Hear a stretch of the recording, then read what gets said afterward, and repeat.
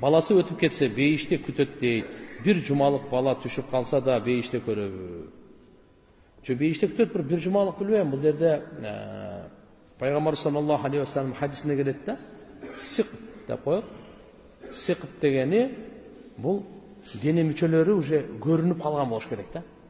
Толугу менен, мисалы толугу менен адам баласы эненин ичинде bir 9 айда да.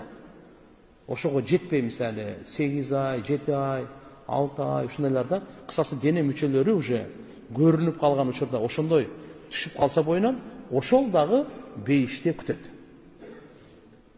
Ал кандай кылат? Пайгамбар саллаллаху алейхи ва саллям хадисине келет, Ибн Мажада бар. Ал өзү эне төрөл, бала төрөлгөндө киндиги болот да, киндигин кесет да, билесиздер да. Ошол киндиги менен, субханалла, киндиги менен апасын бейишке тартып кирет дейт.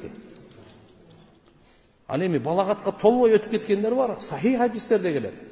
Пайгамбарыбыз айткан, кимдин ушу 3 баласы болуп өтүп кетсе, балагатка толбой. Бул түптүзере бейиш деген. Экөө болсо жетсамын, экөө болсо дагы деп айткан. Кысасы балагатка чейин өтүп кете турган болсо, бул балдар, мусулмандын балдары шафаат кылат. Риваяттерде келет, ошол этегин кармап алат деген. Я Алла, буну менен мени чогуу бейишке киргиз, же болбосо мени бул менен дозокко таштасаң мени деп. Анын шафааты кабыл болгон дейт. Балдар шафаат кылат. Субханалла.